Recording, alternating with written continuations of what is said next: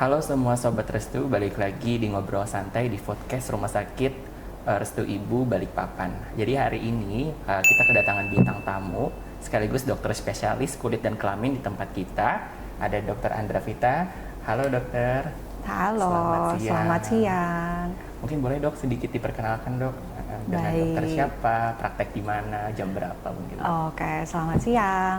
Perkenalkan nama saya dengan Dr. Andra Vita Fenty Mitar. Nah, tadi bilangnya spesialis kulit dan kelamin. Sekarang ini kami sudah berubah nih. Oh jadi berubah dok ya? Spesialis dermatologi, venereologi, dan estetik gitu. SPDVE berarti Iya, dok, benar sekali.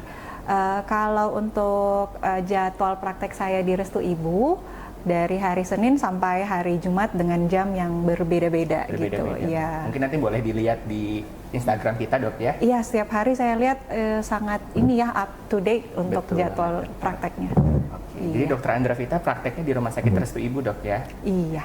Oke, jadi dok, kebetulan hari ini kita bakal ngobrol santai aja dok ya. Yang pastinya kita bakal ngobrol tentang bahas kulit nih dok, dari penyakit kulit, mungkin juga yang lagi happening sekarang juga skincare, dan beberapa pertanyaan yang sudah kami dapatkan di question and box di Instagram kami dok. Baik. Jadi saya menjelaskan di sini untuk spesialis dermatologi, venereologi, dan estetik itu kami menangani kasus-kasus yang menyangkut penyakit kulit, baik itu alergi, infeksi bakteri, infeksi jamur, penyakit autoimun pada kulit. Terus kalau yang venereologi itu menyangkut ke penyakit infeksi menular seksual seperti sifilis, kutil kelamin, gonore, dan lain-lain. Dan ketambahan estetik nih, kami juga menangani kasus-kasus estetik seperti jerawat, flek kecoklatan, dan lain-lain. Jadi untuk spesialis kulit dan kelamin jadinya diganti namanya biar lebih menjelaskan apa saja yang kami tangani. Oke, jadi berarti dokter dermatologi, venereologi, dan estetika itu tidak hanya mengenai tentang penyakit kulit aja dok ya? Iya, berarti benar. juga mengenai estetika juga ada, venereologi juga ada Iya, dok ya? benar. Oke, jadi teman-teman nanti jangan bingung lagi kalau di rumah sakit kok nggak ada SPKK lagi dok ya? Iya, jadi sekarang memang benar, sudah berubah dirubah aja. jadi SPDVE. DVE, benar. Dermatologi, venereologi, dan estetika. Itu berlaku untuk semua dokter kulit dok ya? Iya, bukan yang semua. lulusan dulu, lulusan sekarang udah nggak dok ya? Udah semua dirubah sekaligus. Mungkin kita langsung aja pertanyaan kali dok ya. Boleh. Nah, jadi ada beberapa pertanyaan dari question and box kami, tapi pertanyaan mungkin datangnya dari saya dulu nih dok. Banyak pertanyaan pribadi. Sebenarnya banyak banget nih yang nanya juga dok, sebenarnya apa sih definisi kulit sehat dok? Kita kan ada mungkin beberapa yang beranggapan bahwa kulit sehat adalah kulit yang putih, kulit yang cerah. Nah sebenarnya kulit sehat itu apa sih dok? Apakah memang harus cerah atau memang kulit gelap juga kulit sehat atau bagaimana dok? Baik, jadi kalau untuk definisi kulit sehat itu nggak selalu ya harus yang cerah gitu ya. Jadi kan secara genetik warna kulit itu memang berbeda-beda satu sama lainnya. Kalau dibilangnya sehat berarti tidak ada kelainan pada kulitnya. Misalnya, nggak ada ruam-ruam kemerahan, nggak ada kulit yang terkelupas, nggak ada keluhan yang lain seperti bintik-bintik merah dan lain-lain. Jadi kulit sehat itu kulit tidak digambarkan dengan warna kulitnya, tapi dengan ada keluhan nggak pada kulitnya, seperti itu. Oke, jadi teman-teman sudah harus diingat ya bahwa mungkin ada beberapa stigma dok ya sampai dengan sekarang yang menggambarkan bahwa kulit sehat adalah kulit yang harus yang bersih, yang putih gitu dok ya. Bahwa tadi sudah dijelaskan oleh dokter bahwa kulit sehat itu tidak tergantung dari warna dok ya, tapi dilihat apakah ada keluhan atau tidak dok ya. Iya benar. Oke, ini sekarang kan kita ada di kota Balikpapan dok ya. Iya. Kota Balikpapan ini panas banget dok ya. Yes. Panas banget. Bahkan biasanya kita lihat kalau weathernya itu bisa sampai 33, 34. Iya. Nah sebenarnya saya agak worry nih dok. Pas saya datang ke Balikpapan, ada ngaruh nggak sih dok? Ada nggak sih penyakit yang mempengaruhi kita kalau kita terpapar kulit panas terus dok? Nah, jadi kalau untuk berarti hubungannya dengan paparan sinar matahari. Betul, ya. Jadi kalau untuk kelainan kulit yang bisa terjadi akibat paparan sinar matahari itu sangat banyak. Mulai dari alergi, ada tuh yang alerginya terhadap sinar matahari. Benar. Jadi biasanya timbul di area wajah dan bagian tubuh yang tidak tertutup oleh baju. Nah, selain dari itu bisa juga paparan sinar matahari ini merangsang tubuh kita untuk memproduksi keringat banyak, dan ada beberapa pasien dia alergi terhadap keringatnya sendiri. Nah kalau itu biasanya di lipatan-lipatan kulit tuh. Lipatan-lipatan Iya, karena kulit. itu kan sering mengendap keringat lama. Oke. Nah selain daripada itu kita masuk nih mulai yang agak meresahkan nih, yang mulai agak-agak berat gitu ya. Jadi kalau untuk kelainan kulit yang agak berat akibat paparan sinar matahari itu adalah termasuk kayak kanker kulit, bentuknya seperti tai lalat, tapi agak berbeda kok, warnanya nggak seragam, bentuknya tidak teratur. Nah itu udah mulai waspada, bisa datang ke kami dan bisa dikonsultasikan, biar kami bisa periksa secara langsung nih gitu, daripada bingung sendiri cari-cari di Google gitu. Iya, nanti jadi takut sendiri dok. Iya, benar-benar datang-datang sudah mendiagnosis dirinya sendiri, dokter saya kanker kulit gitu. Oke, jadi sebenarnya banyak dok ya penyakit-penyakit yang didapatkan dari paparan sinar matahari dok ya, dari yang paling ringan tadi dok ya, sampai juga yang paling berat mungkin kayak cancer tadi dok ya. Iya, benar sekali. Nah kita kan sekarang bukan hanya di Balikpapan sebenarnya dok ya, di Indonesia dok ya, kita kan tropis dok ya, paparan sinar matahari mungkin terus-terusan kita dapatkan. Nah ada nggak sih dok cara kita menghindari supaya kita terhindar dari penyakit-penyakit yang dokter jelaskan tadi dok? Iya. Jadi kalau misalnya paparan sinar matahari ini ya so pasti wajib sunscreen, nggak lihat cowok cewek sekarang wajib sunscreen ya. Iya, terus untuk pemakaian sunscreen itu disarankan dari SPF 30 ke atas.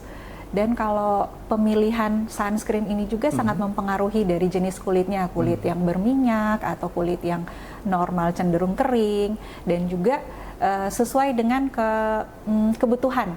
Jadi kalau misalnya cuman di dalam ruangan pun yang ada jendela itu masuk tuh paparan sinar matahari. Jadi jangan berpikir oh saya kerjanya di dalam ruangan, tidak perlu pakai sunscreen. Oh harus pakai itu karena ada pantulan dari sinar matahari, radiasi-radiasi gitu ya. Jadi sangat mempengaruhi.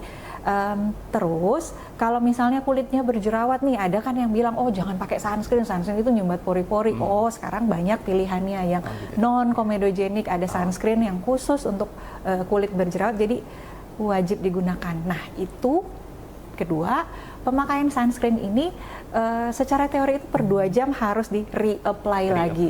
Banyak pertanyaan yang bilang reapply-nya harus cuci muka nggak dok gitu. Dilihat dari kondisi kulitnya. Jadi misalnya kalau sehari-hari bekerja keluar ruangan kena debu, keringetan, ya wajib dong dicuci lagi pakai sabun, baru pakai sunscreen. Karena kan nanti kalau udah numpuk ini itu malah jadi keluhan yang lain nih gitu ya. Kecuali kalau misalnya dalam ruangan mungkin air saja sama lanjut dengan sunscreen gitu. Jadi dilihat dari kondisi masing-masing, jangan menyamaratakan. Karena ada kan yang bilang oh kalau reapply langsung reapply aja atau enggak air aja udah gitu. Disesuaikan dengan keadaan dan kondisi. Iya, benar-benar. Oke, berarti salah satu pencegahannya dari dokter Levita adalah menggunakan sunscreen tadi dok ya, dengan SPF 30 sampai dengan ke atas. Iya. Oh itu baru satu ya, Nanda baru satu. Jadi hindari paparan sinar matahari sebisa mungkin. Topi, kacamata, masker gitu. Itu juga payung, itu juga sangat disarankan sih. Perlindungan fisik. Fisik selain menggunakan sunscreen, berarti kita juga butuh perlindungan yang lain. Iya, benar. Oke dok, mengenai sunscreen tadi sebenarnya kan ada tadi dokter bilang 30 sampai dan ke atas. Iya. Nah ini apakah sebenarnya pemilihan sunscreen SPF ini harus didasari oleh dari dokter atau memang boleh kita coba sendiri dok? Misalnya saya menggunakan SPF 30 dulu, kalau tidak cocok baru saya tingkatkan, atau memang harus dibarengi dengan dokter gitu dok? Oh, untuk pemakaian sunscreen bisa pribadi-pribadi aja gitu, cocok nggak cocoknya. Cuman memang sebaiknya dimulai dari SPF 30 itu. Terus kalau misalnya keseharian sering terpapar sinar matahari, ya berarti ditingkatkan nih SPF-nya. Tapi ada juga beberapa pasien yang sangat sensitif dengan sunscreen, misalnya pakai sunscreen walaupun sudah non komedogenik tetap mudah berjerawat nih gitu. Berarti nggak apa-apa dia SPF-nya 30 tapi reapply itu. Cuman kan kalau orang kerja atau lagi kuliah sekolah kan agak susah ya mau bawa ini harus cuci muka dulu gitu. Tapi dikondisikanlah bagaimana jika ingin hasil yang lebih baik. Maksimal, iya. Oke, dari tadi kita sebenarnya bahas skincare dok ya. Lebih tepatnya kita bahas sunscreen. Nah, sebenarnya ada nggak sih skincare lain yang kita butuhkan selain sunscreen gitu dok? Baik, jadi Intinya kalau sunscreen untuk masing-masing pasien disesuaikan dengan jenis kulit pasien. So pasti skincare itu dimulai dari facial wash alias sabun untuk pencuci muka, itu wajib. Itu disesuaikan juga dengan kondisi kulit pasien tuh, kering, berminyak, berjerawat, sensitif gitu. Ada juga pelembab. Nah, kalau untuk pelembab ini ada beberapa pasien misalnya kulit yang berminyak, sebenarnya sih tidak wajib menggunakan moisturizer. Cuman kan sekarang begitu banyak iklan-iklan yang ini untuk melembabkan, bagus untuk ini itu. Kalau menurut saya nggak apa-apa, kalau mau dicoba ya coba aja gitu. Ya namanya juga penasaran gitu kan, silakan. Tapi disesuaikan dengan kondisi kulit. Misalnya, kondisinya berjerawat terus mau pakai krim mencerahkan, kan nggak cocok gitu. Nanti step by step kok itu. Jadi harus disesuaikan dengan kondisi kulit pasien. Terus sunscreen wajib gitu. Tapi kalau yang misalnya toner, double cleansing itu nggak wajib. Itu disesuaikan dengan kondisi. Misalnya pasien yang bukan pasien sih, individu yang ini kerjanya di kantor gitu dan harus bermake up. Nah itu yang wajib double cleansing. Harus karena kalau sabun cuci muka nggak bisa mengangkat tuh foundation atau eyeshadow, eyeliner yang lain nggak bisa ngangkat tuh dia. Jadi harus double cleansing. Atau pasien-pasien yang sering aktivitas di luar ruangan, berdebu, berkeringat, nah itu wajib juga itu double cleansing gitu. Tapi kalau yang lain-lain ya nggak perlu. Cuman kalau pengen gitu kan, kan gatel tuh lihat-lihat ini tuh, pengen berlapis-lapis, silahkan. Tapi tidak wajib. Tidak wajib. Iya, serum juga nggak wajib. Jadi sebenarnya wajib itu sunscreen dok ya? Iya. Facial wash, pelembab, sunscreen itu aja gitu. Yang lain tinggal mengkondisikan dengan sesuai dengan kondisi kulit dok ya. Iya. Oke, dok. Jadi kan tadi kita bahas tentang skincare ya dok, dari sunscreen, serum, moisturizer dan segala macam. Saya juga pengen bahas, mungkin tidak bermaksud untuk menyinggung siapapun, penggunaan skincare dok. Jadi kan kita sedang marak nih skincare yang overclaim dan skincare yang berbahaya yang mengandung hidroquinone dan segala macam. Nah kita sebagai konsumen tuh bagaimana sih cara kita memilih skincare yang aman dan baik gitu untuk kita dok? Baik. Jadi yang pertama itu pemilihan skincare harus disesuaikan dengan kondisi kulitnya. Jenis kulitnya kering, berminyak, sensitif. Nah, itu dipilih dulu yang itu. Habis itu dilihat lagi nih, apakah kulitnya normal, tidak ada keluhan, atau ada flek kecoklatan, atau jerawat. Itu dipilih, sesuaikan lagi tuh. Jangan salah pilih. Orang lagi berjerawat, pilih yang mencerahkan, nggak cocok. Nah, untuk cari tahu ini aman tidaknya, itu sebenarnya ada tuh di Google, bisa dilihat cek BPOM-nya. Dia terdaftar apa enggak gitu. So pasti kalau sudah ada BPOM-nya, maka ini aman gitu ya, sudah melewati penilaian dari BPOM, ini bisa izin edarnya oke gitu. Cuman kalau ada yang nakal-nakal nih gitu kan, nah kalau yang mengandung merkuri itu susah juga, karena beberapa krim itu harus melewati pemeriksaan lewat laboratorium untuk cari tahu ini ada yang mengandung merkuri nggak, gini-gini. Walaupun saya sering lihat sih ada yang kalau dibikin secara tradisional di rumah gitu, ini bisa tahu ini ada merkuri atau enggak. Cuman saya sih nggak terlalu yakin ya dengan hasil yang itu. Terus kalau yang tadi Nanda sempat bilang hidroquinone sebenarnya kita pakai loh. Pakai dok ya. Untuk kasus yang ada fleknya. Nah, karena itu memang salah satu drug of choice, jadi pilihan utama untuk flek kecoklatan. Tapi tidak juga disarankan yang nggak ada masalah, terus pengen pakai. It's okay sebenarnya, yang penting dengan dosis yang sesuai dan dalam kontrol dengan dokternya. Karena kalau untuk berlebihan pun itu nggak baik. Berarti gitu. Masih harus sesuai dengan indikasinya yang hidroquinone ya, benar. Dan pastinya harus diawasi oleh dokter dok ya. Iya benar, untuk penggunaan yang ada bahan-bahan aktifnya itu baiknya sih dalam pengawasan dokter. Jadi gitu sih untuk cari yang pilihan skincare yang aman, gitu, seperti itu, sesuaikan jenis kulit, kondisi kulitnya, dan cari di BPOM gitu untuk nomornya terdaftar apa enggak nih gitu. Siap, dokter. Dok, tadi kan dokter sempat bahas flek ya dok ya. Iya. Kebetulan kita juga ada pertanyaan, gimana sih dok cara menghilangkan flek di wajah itu dok? Nah, untuk flek yang di wajah sebenarnya ada banyak, bukan cuma flek kecoklatan, karena melasma gitu, ada banyak, ada melasma, ada freckles, ada lentigo, ada pun keratosis seborrheic yang masih awal-awal tuh banyak biasanya banget, dok, banyak banget. Jadi harus dilihat juga nih, kalau misalnya kayak flek-flek noda-noda saja, nah kalau itu penanganannya sama. Jadi hindari paparan sinar matahari, menggunakan sunscreen dan krim-krim mencerahkan, yang seperti itu. Nah, untuk krim mencerahkan memang banyak kan sekarang yang beredar nih, untuk mencerahkan pakai krim ini, krim itu. Silahkan saja, cuman biasanya yang beredar bebas itu konsentrasinya ringan-ringan, karena cenderung krim yang mencerahkan ini proses cara kerjanya itu adalah proses pengelupasan sel kulit mati, di mana ini bisa memicu iritasi untuk pasien-pasien tertentu. Itulah kenapa baiknya kalau sudah mau pakai yang begitu, hasilnya memang lebih cepat, lebih baik, tapi harus dalam pengawasan dokter gitu. Jadi memang sebenarnya menggunakan skincare pun boleh dok boleh. Ya. Nah, tapi memang biasanya konsentrasinya lebih ringan.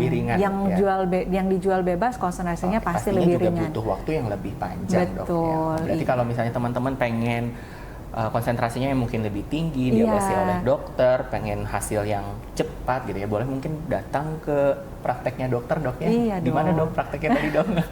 Di Restu Ibu dong. Di Restu Ibu ya. Untuk jadwalnya boleh dilihat Instagram mungkin dok. Siap. Okay. Tadi kita juga bahas skincare nih dok. Untuk dewasa lebih spesifiknya dok ya. Sebenarnya skincare ini hanya pada dewasa saja atau sebenarnya ada nggak sih cut off umur kita boleh menggunakan skincare dok? Nah, ini nih yang paling banyak nih datang. Karena banyak yang datang ke praktek itu tanya anak-anak remajanya, ada kan yang agak cepet tuh pubertasnya, 10 tahun sudah mulai tuh berjerawat ya. Banyak orang tua menanyakan, ini udah bisa nggak sih dok pakai skincare begitu? Bisa kok, karena skincare ini disesuaikan dengan kondisi kulit, bukan usia. Jadi walaupun udah umur 40-an tapi berjerawat, kami akan memberikan anti jerawat yang sama dengan kami memberikan anti jerawat pada pasien yang usianya lebih muda gitu. Jadi kalau untuk pemakaian skincare mau dari masih bayi pun itu pelembab. Ada juga tuh sunscreennya tuh. Kalau mau dibawa berlibur kan, ada khusus. Begitu juga masuk nih anak-anak gitu, ada pelembab, sunscreen. Dia mulai masuk di tahap masa pubertas, kami akan memberikan anti jerawat gitu, bahan-bahan aktif anti jerawat, di mana untuk pemberian bahan aktif anti jerawat ini kami akan sesuaikan dengan kondisi kulit. So pasti kami akan pilihkan sesuai dengan jenis kulit. Jadi nggak bilang kalau yang anak-anak kami akan memberikan yang ringan, kalau orang dewasa kami akan memberikan yang berat. Enggak, kami akan memberikan sesuai dengan kondisi kulitnya. Iya. Jadi sebenarnya nggak ada cut off umur untuk menggunakan skincare dok ya, tapi dibalikan lagi sesuai dengan kondisi pasien keluhan, dok iya, ya. Benar. Oke. Lanjut dok. Oke, skincare ini kan berarti penggunaannya jangka panjang dok ya. Sebenarnya apa sih yang kita harapkan dari penggunaan skincare ini dok? Baik, jadi kalau untuk penggunaan skincare jangka panjang itu kembali lagi dilihat dari kondisi kulitnya. Apa yang ada keluhannya, so pasti kalau untuk penggunaan skincare pasien yang kulitnya normal, itu kan untuk merawat kulitnya supaya tetap lembab dan juga paparan sinar matahari bisa dicegah dengan pemakaian sunscreen untuk mencegah ada keluhan-keluhan tambahan. Dan ingat, seiring bertambahnya usia, kualitas kulit kita akan berubah menjadi lebih tipis, kering. Jadi nanti ada saat-saat tertentu ada keluhan nih, misalnya saya sudah lama dok pakai yang ini, tapi kok sekarang saya begini-gini, karena kondisinya sudah berbeda, berubah. Jadi ada yang harus dirubah juga dengan pemilihan skincare-nya, seperti itu sih. Sedangkan yang tadi yang Nanda tanya, apa sih yang diharapkan dengan pemakaian skincare itu, kembali lagi dengan kondisi kulit keluhan pasien ini. Kalau misalnya berjerawat, yang diharapkan adalah nanti nggak akan berjerawat lagi. Biasanya kalau yang kasus jerawat, kita atasi dulu jerawatnya. Ada pasien datang langsung, dok bisa nggak ngilangin bekas, padahal jerawatnya masih heboh gitu. pelan-pelan kita atasi dulu jerawatnya, baru kita atasi dulu bekasnya. Jadi biasanya seperti itu, kita atasi jerawatnya beres, baru kita mencerahkan. Jadi selain untuk memudarkan noda bekas jerawat, bisa juga meningkatkan kepercayaan diri kan. Semuanya pengen kayak cerah, makin cerah gitu. Tapi ini pun disesuaikan dengan pasien.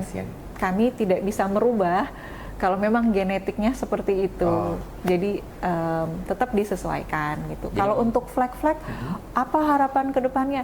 Ya pudar lah fleknya gitu. Tidak muncul lagi dok ya? Iya, tapi kalau untuk flek ini, nah di sini yang saya mau bilang, jangan terlalu berekspektasi terlalu tinggi, karena flek salah satu pencetusnya adalah proses penuaan kulit, di mana ini akan terus berjalan, berproses di tubuh kita. Jadi walaupun sudah perawatan ini itu sampai laser, sampai peeling, memudar yes, tapi tetap dia ada proses pembentukan lagi dan lagi. Apalagi misalnya nih, ibu-ibu nih biasanya berlibur.